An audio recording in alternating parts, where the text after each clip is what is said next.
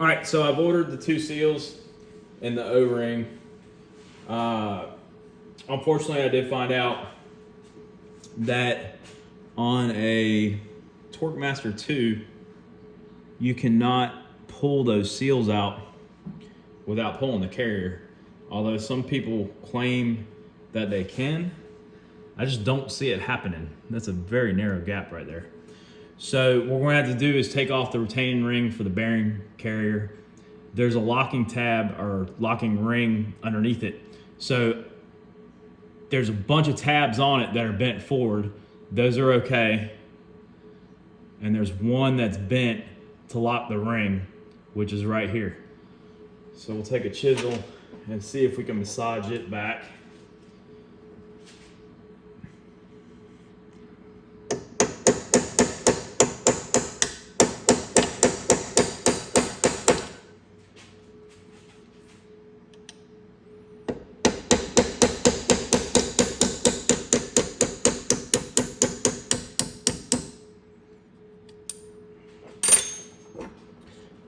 Got it started with the cold chisel. I'll move to the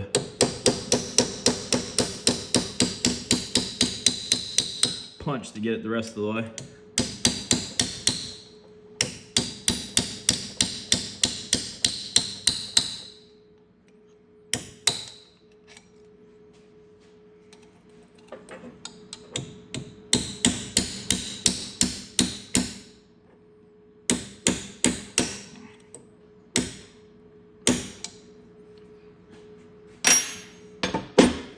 All right, so this nut is torqued to like 210 foot-pounds, so it's pretty tight. It takes a special tool. I don't have that tool. So I looked at the tool, it's like $300 something, Mercury part. There's a few universal tools out there that you can adapt. I'm not sure if they even work on this ring because it's so big, but not too worried about it. I'm gonna try to get it out with a punch. We'll see how it goes. And then I'm gonna make my own. So we'll get there shortly. But yeah, first I'm gonna try a brass punch and see if I can get it moving. And then if not, I'll go to a bigger drift punch.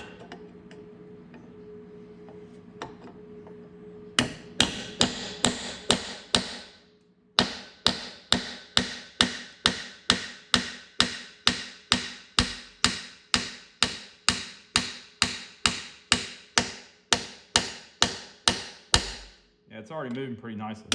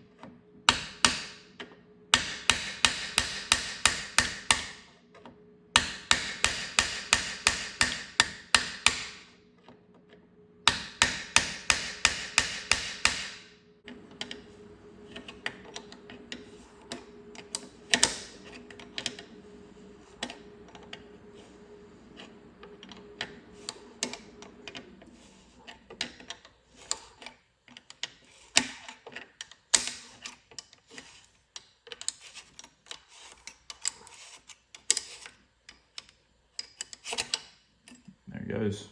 It's off. Let's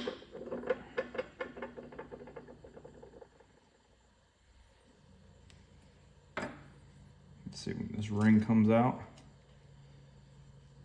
Yep, ring comes out. All right. Next is pulling the actual bearing carrier. So I've heard this can be a job, and I think this has been a freshwater boat, so hopefully we don't have too many issues. It seems pretty clean in there where that O-ring's got to slide out. let me see what kind of pullers I have, and we'll get working on it.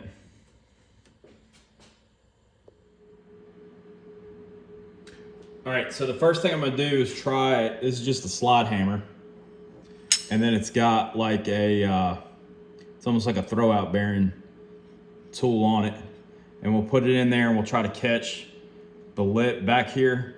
I'm gonna try to pull closest enough to these little standoffs, because I think that's where the strength is. Well, hopefully it fits, yeah, it fits. All right.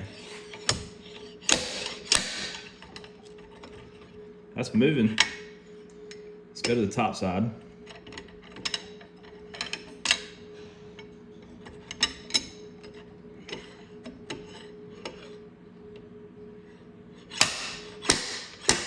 Yep. That won't bad at all.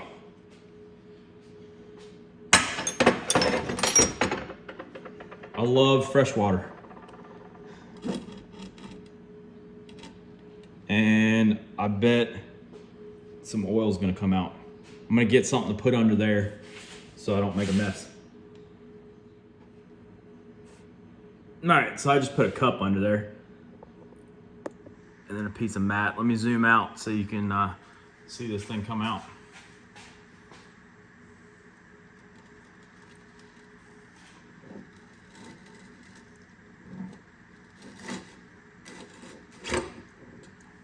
Definitely hear a lot of dirt and grit in there.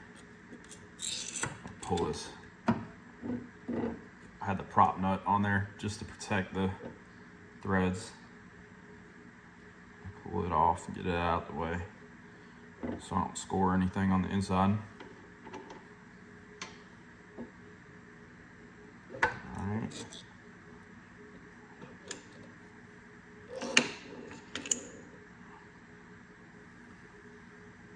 Alright. That's it.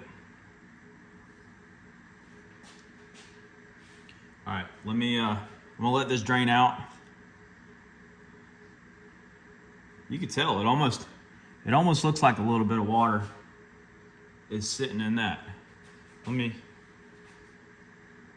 It'll be there when I get back. Let me clean my hands and then I'll get you in closer to see that. Yeah, take a look there. It's got a little bit of that milky water looking.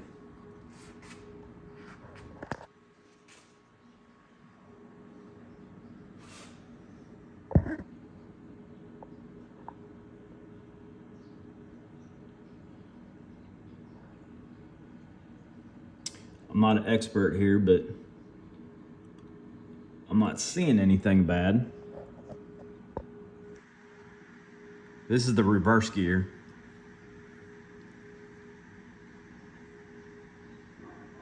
So I wouldn't expect to see too much wear on it.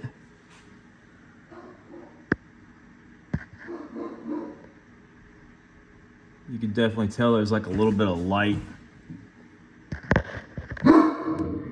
scoring or wear on the driven gear, or sorry, the drive gear. Oh, there you go. That looks pretty good.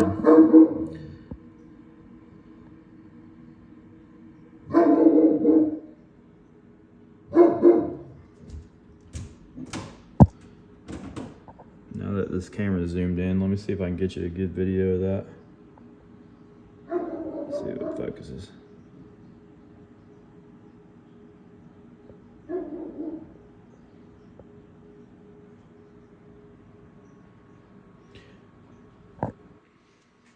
All right, so the seals we're after. Of course, now that we pulled this thing out, we'll have to replace this O-ring. So that's in the mail. Let me flip this carryover. Let me get you back in the stand. I don't know if that gear will just fall out or not, but I definitely don't want to drop it. No, it seems like it's in there. Thrust washer. All right, and then on this side, all right, let me get you back in there. I'll wipe it off first and let you see it.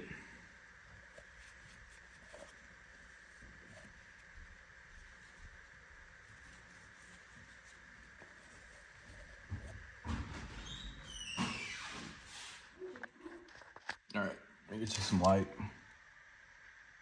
All right, so those are the two seals that we are after. Those are the ones that are leaking.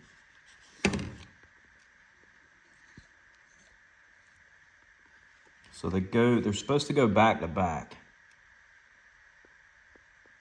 I'd really like to see that they are back to back right now.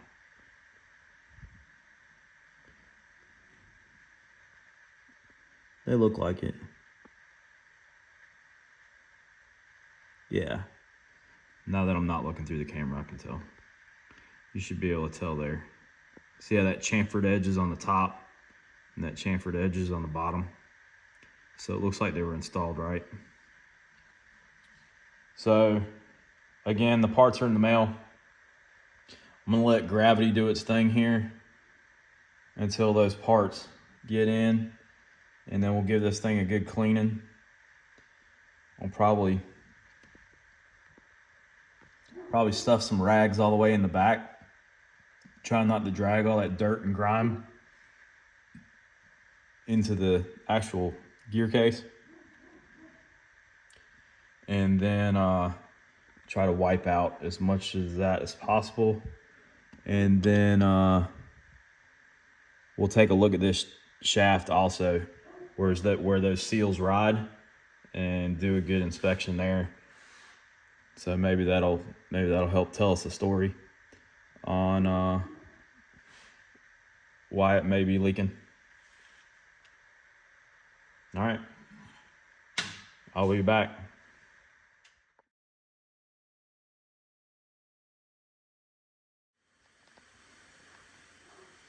All right, first off, it's the next day, by the way.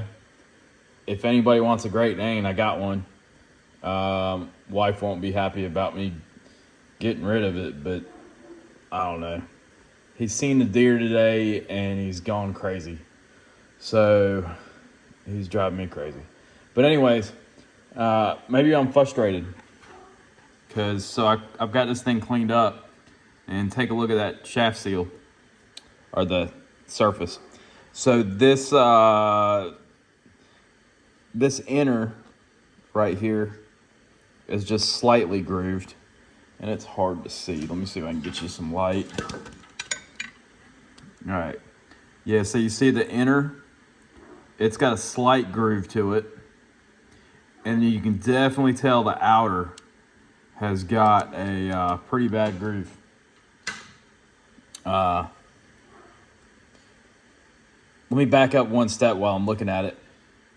You know how I thought that fluid was a little milky, and I was looking at the water? Well, come to find out, when I pulled it, I had water in the jacket, and when I leaned it over, I contaminated it myself. So some of that might actually be water intrusion. Some of it might not be. Some of it might have been. It's a little bit misleading. All right. Anyways, yeah, back to these surfaces. So the inner one, you can't hang a nail. That one you can definitely hang a nail. So I went to the Mercury Racing and Performance forum on Facebook, not forum, but Facebook group, and a bunch of great guys on there, and they everybody had their input, anywhere from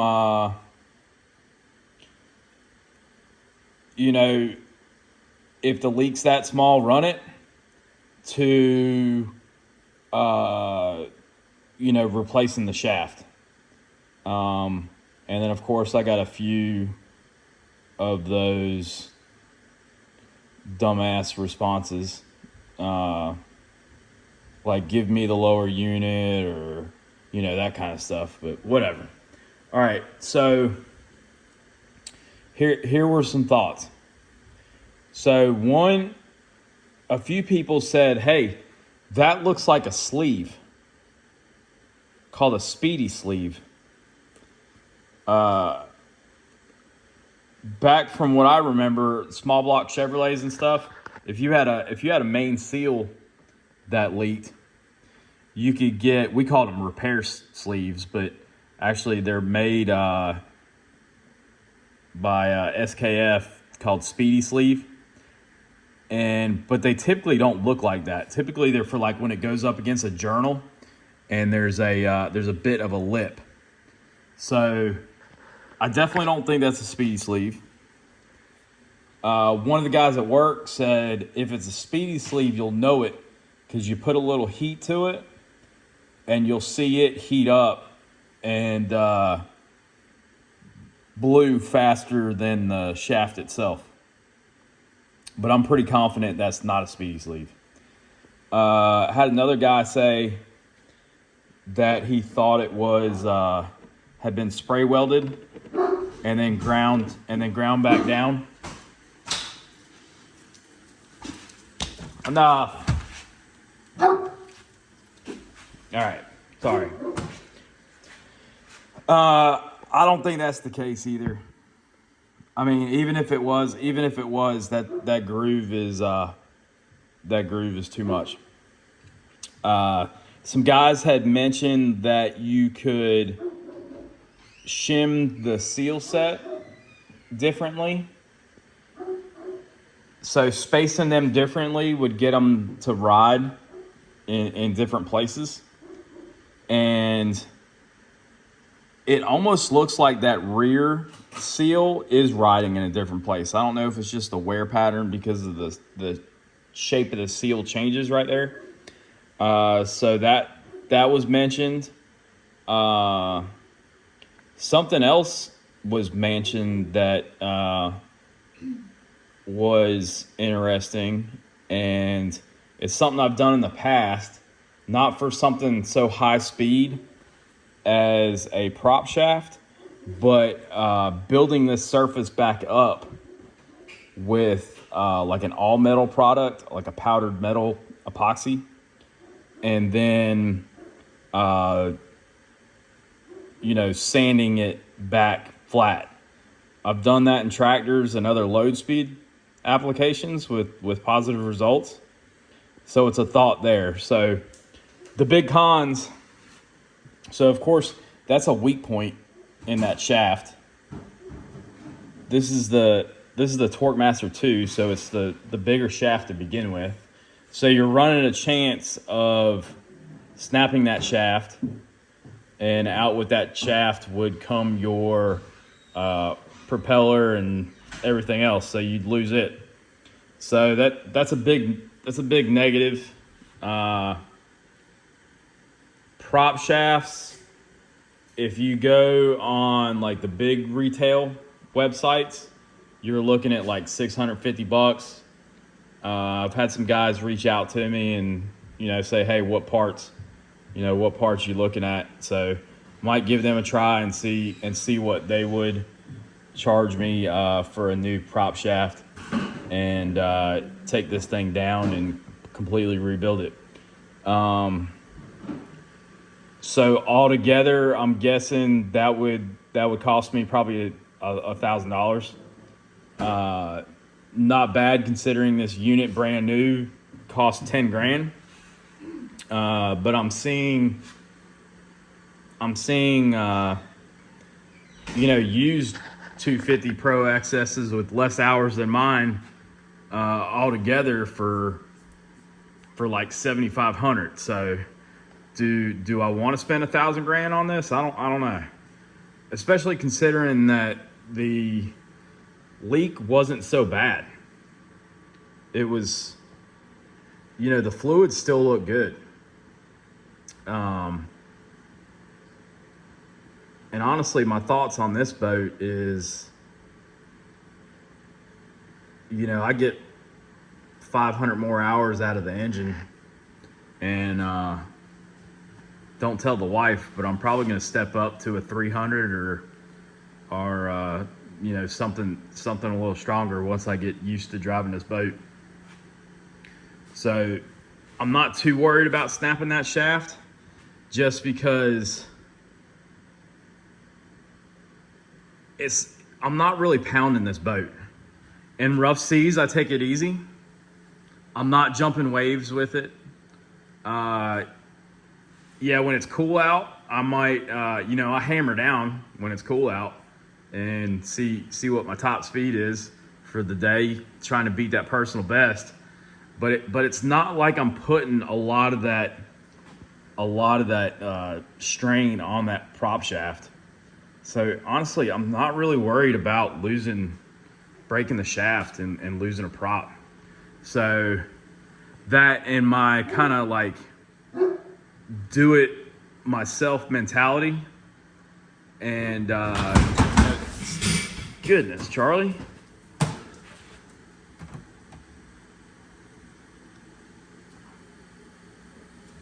He's shaking. All right. Anyways, yeah, just wanting to make things last and doing it myself kind of tells me to go get that all metal and give it a try. So I think that's the direction I'm gonna head. So still waiting on the seals in the mail, and then maybe a little all metal there. And then I've also got suggestions to shim these seals differently so they ride on different spots on that shaft. So I don't know. I think I'll give it a try. And of course, I'll be on YouTube updating you sometime in the future about it. But yeah, let me go get that stuff and we'll get to work. So I took the idea of the prop shaft maybe having a speedy sleeve already on it to work with me. I work at a nuclear plant, which is a bunch of really smart mechanics that are pretty good at fixing, machinery and obsolete parts. And he said that if there's a speedy sleeve on it, then just heat it up lightly and you'll see the color on that speedy sleeve change before the shaft. So I'm gonna just do that real quick to make sure. Plus I think that'll help clean any contaminants off the shaft too, which would be nice before we put on this, before we fill this groove and move forward. So here we go.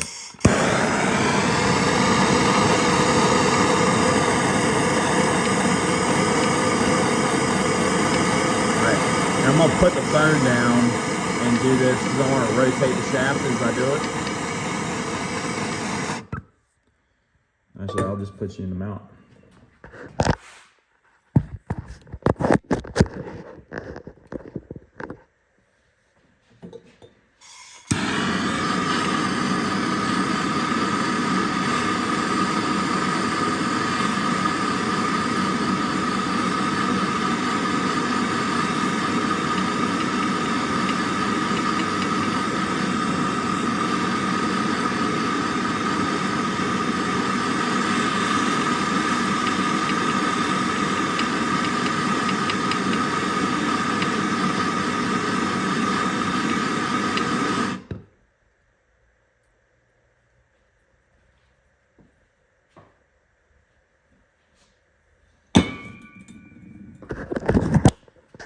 Yeah, that's definitely not a sleeve. So I've confirmed it with measurements just by trying to feel it and there not being a lip. Ow, it's hot. There not being a lip on the backside. And then by that method with the heat.